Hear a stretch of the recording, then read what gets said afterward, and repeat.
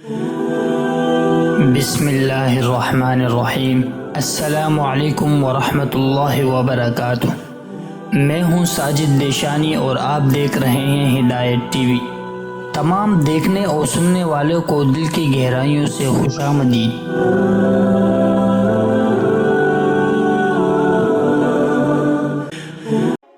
آج کا موضوع ہے آخرت کی فکر کرنے والا بادشاہ عمر بن عبدالعزیز رحمۃ اللہ علیہ۔ حضرت عمر بن عبدالعزیز رحمۃ اللہ علیہ مسلمانوں کے ایک بادشاہ گزرے ہیں، بڑے اللہ والے تھے۔ لوگ آپ کو 5ویں خلیفہ کے نام سے بھی یاد کرتے ہیں۔ آپ کا دور خلافت 2.25 سال رہا، تاہم آپ نے حضرت عمر بن خطاب رضی اللہ تعالی عنہ کی دور کی یاد تازہ کر دی، اس لیے آپ کو عمر ثانی بھی کہا جاتا ہے، اور آپ کی والدہ محترمہ ام عاصم حضرت عمر بن خطاب رضی اللہ تعالی عنہ کی پوتی ہیں۔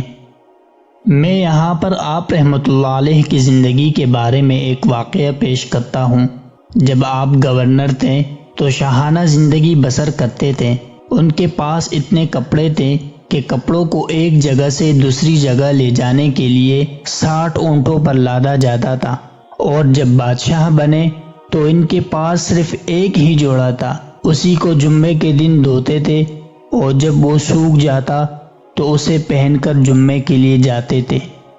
کسی نے پوچھا، بادشاہ سلامت، جب آپ گورنر تھے تو 60 اونٹوں پر آپ کے کپڑے لادے جاتے تھے، اب بادشاہ بنے ہیں تو آپ کے پاس صرف ایک ہی جوڑا ہے؟ انہوں نے کہا، دراصل جب میں گورنر تھا تو میرے زندگی کا یہ مقصد تھا کہ بادشاہ بن جاؤں۔ اب جب بادشاہ بن گیا ہوں تو اب مقصد یہ ہے کہ جب موت آئے تو اس وقت اللہ راضی ہو۔ میرا ایک چچا بادشاہ تھا، اس چچا کے 3 بیٹے بھی بادشاہ تھے۔ اس چچا کو میں نے قبر میں اتارا، اس کے 3 بیٹوں کو بھی میں نے قبر میں اتارا۔ مجھے پتا چلا آدمی بادشاہ بھی بن جائے تو آخری مقام یہ قبر ہی ہے، اسی میں جانا ہے، تو موت اور قبر کی فکر بڑھتی گئی۔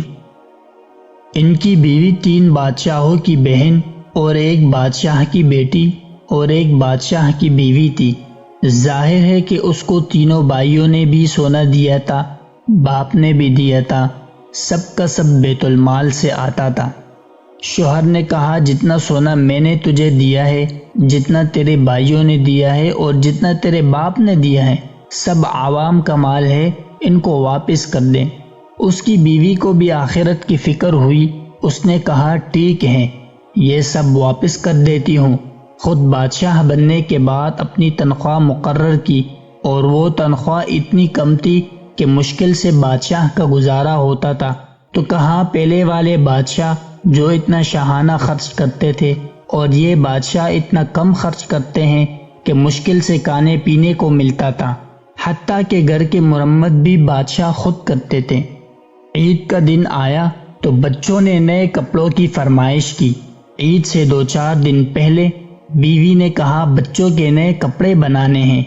بادشاہ نے کہا کہ تنخواہ تو ختم ہو گئی ہے، اب مزید بیت المال سے پیسے نہیں لوں گا، مجھے آخرت کی فکر ہے۔ اب بیوی رونے لگ گئی۔ 3 بادشاہوں کی بہن، ایک بادشاہ کی بیٹی اور ایک بادشاہ کی بیوی جو تھی، تھوڑی دیر سوچتی رہی، پھر بادشاہ کے پاس آئی اور کہا، میں آپ کو نہیں کہتی کہ آپ بچوں کے لیے بیت المال سے مزید پیسے لیں، مگر آپ اگلے مہینے کی تنخواہ ایڈوانس میں لے لیں، تاکہ بچوں کے عید کے کپڑے بن جائیں۔ سب لوگ نماز پڑھنے نئے کپڑے پہن کر آئے ہوں گے، اور ہمارے بچے پرانے کپڑے پہنیں گے۔ چنانچہ بادشاہ کا اپنا بھی دل تھا کہ کسی طرح بچوں کے کپڑے بن جائیں۔ بادشاہ نے کہا، یہ ہو سکتا ہے کہ اگلے مہینے کی تنخواہ میں ایڈوانس میں لے لیتا ہوں۔ بادشاہ خزانچی کے پاس گئے اور کہا کہ بچوں کے عید کے کپڑے بنانے ہیں، اگلے مہینے کی تنخواہ مجھے ایڈوانس میں دے دو۔ اب جب کہ بادشاہ آخرت کی فکر کرنے والا ہوتا ہے تو پوری ٹیم بھی آخرت کی فکر کرنے والی ملتی ہے۔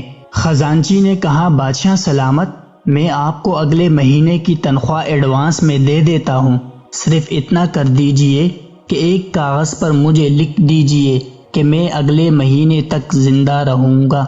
بادشاہ اس کی یہ بات سن کر حیران رہ گئے۔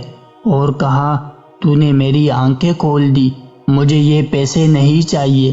گھر جا کر کہہ دیا کہ اس معاملے پر اب کوئی بات نہیں ہوگی۔ بچے بھی مان گئے، بیوی بھی مان گئی۔ عید کا دن آیا۔ بادشاہ کے دل میں غم تھا کہ میں اپنے بچوں کے لیے عید پر نئے کپڑے نہیں بنا سکا۔ عید کے دن نماز پڑھنے آئے تو دیکھا کہ سب بچوں نے نئے کپڑے پہنے ہوئے تھے اور بادشاہ کے بچوں نے پرانے کپڑے پہنے ہوئے تھے۔ نماز پڑھ کر بادشاہ نے اپنے بچوں کو بلایا اور کہا کہ بیٹا مجھے معاف کر دو، میں تمہارے لیے نئے کپڑے نہیں بنا سکا۔ اب جب کہ والد آخرت کی فکر کرنے والا ہوتا ہے تو اولاد بھی آخرت کی فکر کرنے والی ہوتی ہے۔